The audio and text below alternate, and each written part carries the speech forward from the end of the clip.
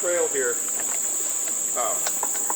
Toby likes to tell the story of the toll house that sat in this immediate vicinity. And I actually uncovered more information about the toll house here just a couple of weeks ago. We talked about two old women that back in the 1800s used to man the toll house here at Jefferson. And it wasn't uncommon for people to try to skip out on paying their tolls, and they would rush the toll gate keeper and take off as fast as they could on the other side of the toll to get away without paying. Well, these old women, two sisters, got wise to these unscrupulous rascals, as they called them, and people had actually been assaulted, hit, knocked down, brutally assaulted by these people just refusing to pay a few cents toll. Well, the old women devised a plan as to where they would not have to get within arm's reach of the people on the road. They used a big wooden paddle, and they would stick it out, and you would put your money down on the paddle, and they would pull it back through the window. And that the pike, which of course was the big bar that crossed the road, would not go up until the money was on the wooden paddle. And so I just found an account of talking about that from the Murfreesborough paper back in 1972.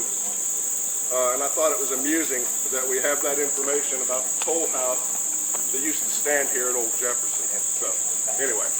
Now the toll houses weren't actually built on this pipe here until many years after the one we mentioned over the Old National Highway.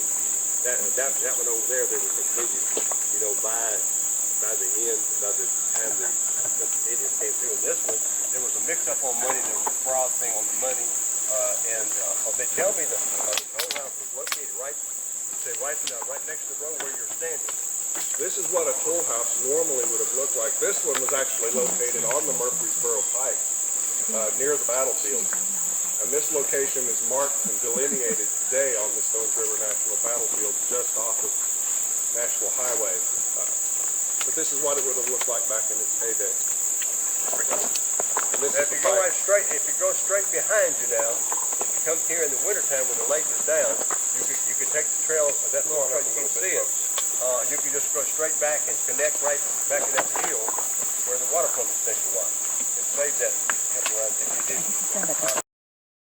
And this family, Bell family that lived here, was actually related to the Bell fellow that ran against Abraham Lincoln. John Bell. John Bell.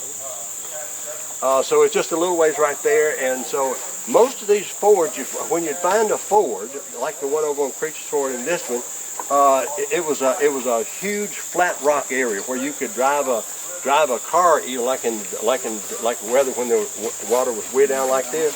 You could actually drive your car across there, or you could go out to the middle and you could wash your car and do that kind of thing. I never knew about that. Now this was, I always called this one the Jefferson Ford because it had no other name.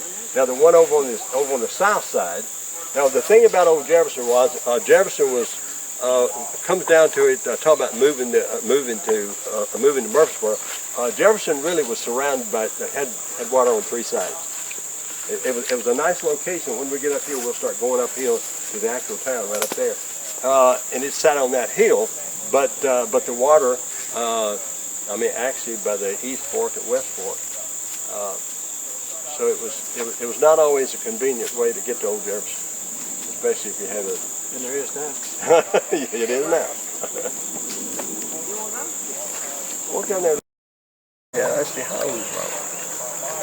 He's about 10 years old, right? He said when he was a young guy, they would take a wagon and team and go down Sharp Spring Road and go down to there was a ford down there that went across, and there was a big gravel bed. So they would load up with gravel, bring it back, and put it on Jefferson Pike. And that would have been before, prior to his going into World War II. I wonder what they made per load. It's interesting. Wow. A fellow that I knew over on the Old National Highway, Mr. Malcolm Wood, he said he lived out there on Rock Spring Road, and he said he hauled rocks with a team and wagon when they were building, actually rebuilding the Old National Highway, and they would stand the rocks up on the edge like this. and then he'd haul load after load after load. He had out there where he lived, he had plenty of rock. Wow. So they were taking slab rock and Yeah. just putting it on the edge just to get more. Wow. Yeah, more strength. Well, you know, we've seen those pictures of cotton time, where they'd have like a 2-up mule team pulling, 15,000 pounds of cotton. Yeah, yeah. You can just imagine.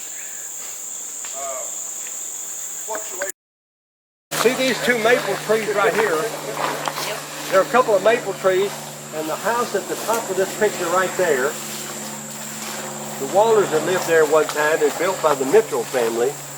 They came up from the McMinnville area. They were ancestors of the Waller family.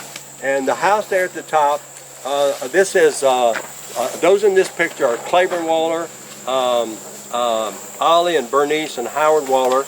And my aunt Sarah Frances Waller, the wife of Wilson Francis, was born in this house in 1916.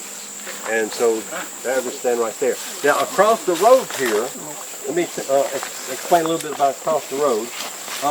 One of the primary people here, Ma Mullins ran a store. Now the center part of town is right at the top of this hill. We're almost to where the town. How many people did we lose? Did we have some people go back? Oh, and we still got it. Huh? Swimming their way out. They're swimming their way out. But this particular location right here, we had the main stores up there, and then it actually when the county seat was moved to Murfreesborough, of course that took a lot of business as Pat has already mentioned. And then, like in 1803, Rutherford County became the county, and then 2 years later, Bedford County. At that time, Rutherford County went all the way to the Alabama border. 2 years later, Shelbyville, Bedford County, made a county, and then after that, Lincoln County, which borders on Alabama today. So off the main path here, Ma Mullins is pictured. This is her picture right here. And this is Mr. D. Mullins. He died, say, many years ago. And the one thing that Ma Mullins would do is she would sell alcoholic beverages, which back in those days just was kind of unheard of. Yeah, I was telling them about it. Were you? Yeah. That was her right here, and that's her store that they're sitting there. And this is a view that I don't know who these three guys in this picture are, but they're in the Ma Mullins store. Now, in the early days, there was a schoolhouse located. It was a white school right here. It was a white school, and it was actually later on. It was actually purchased by the Presbyterian Church. They moved this. They moved this white school over on the other side of the river, close to where the King John's house was, in about 1888. Okay, back of where Ma Mullins lived, there was a black school called St. Paul's. It was a black school. It was a church and a school. And Noreen, my wife, was asking me a question that she had a visitor come over, and there was a hammer hanging on a plaque on the wall. And after the lady left, she said, she asked my wife, "What's that hammer doing on the wall?" That hammer came from Turner Peoples. Turner Peoples' sale when he had died in Smyrna. Now Turner Peoples was a mulatto boy who went to school here back in the early days, and he took the name Peebles. They lived on the King John's farm, and they Ernie told me that the one brother who was not married fathered this child who became Turner Peoples. He ran a shoe store, a shoe shop in Smyrna for years and years, and just a very prominent and intelligent. And he actually became the secretary of the black schools when he became older. Turner Peoples was his name. And that when I went to the auction sale, I bought that hammer, an old hammer, and I put leather around the hand, and I've got it on a plaque on the wall. And I bought an old rocking chair for a couple of bucks or something. And I'm still rocking away in that at home. And I've even got a high chair up in my attic. All these things come cheap. Huh? That story on that couple, the husband and wife? Yeah, Mr. D. Mullins, yeah. They for a long time ran the store, and when he passed away, he had a large family, and she ran the store here at this location. even after she was in a wheelchair. Toby, about when was that? This was in like in my high school. I'm not sure exactly when she passed on, but it was in the 50s and 60s and even early days of that. And so she ran a store and did a little building. Yeah, Travis Court. the little building's still standing there. Yeah. Past Hardy. Yeah, it is.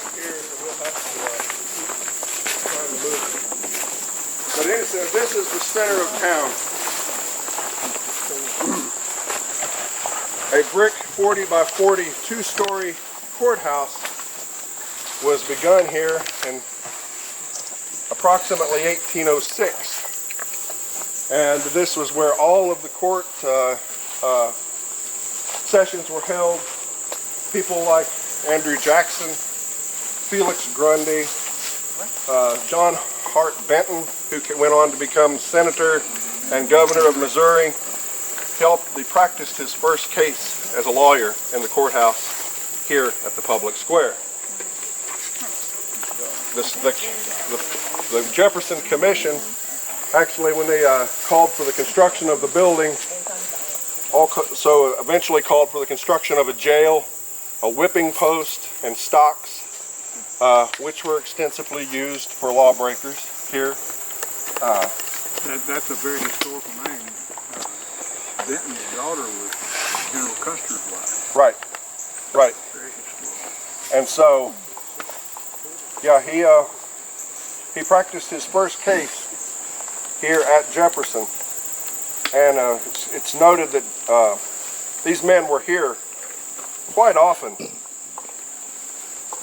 and they resided in a building known as the Reed Tavern, and I have a photograph. While he's searching for those right there, let me show you this. Now, Pat said brick. John Spence, when he wrote his book a few years ago from down in Mississippi, the Historical Society got word that down in Mississippi that there was someone had a copy of a lot of materials written by this fellow John Spence in this area. And so we sent a team down there for the Historical Society, and sure enough, it told the history. As far as old Jefferson, he was born back early 1800s, and he wrote, and he was the one that actually started the cedar mill in Murfreesborough. But he wrote, when he was talking about old Jefferson, he was talking about various things that were built, and he has one word. He writes this down, talking about the courthouse, and he has a period right here, and he has one word, and he has another a period right there. That word right there is brick. Brick.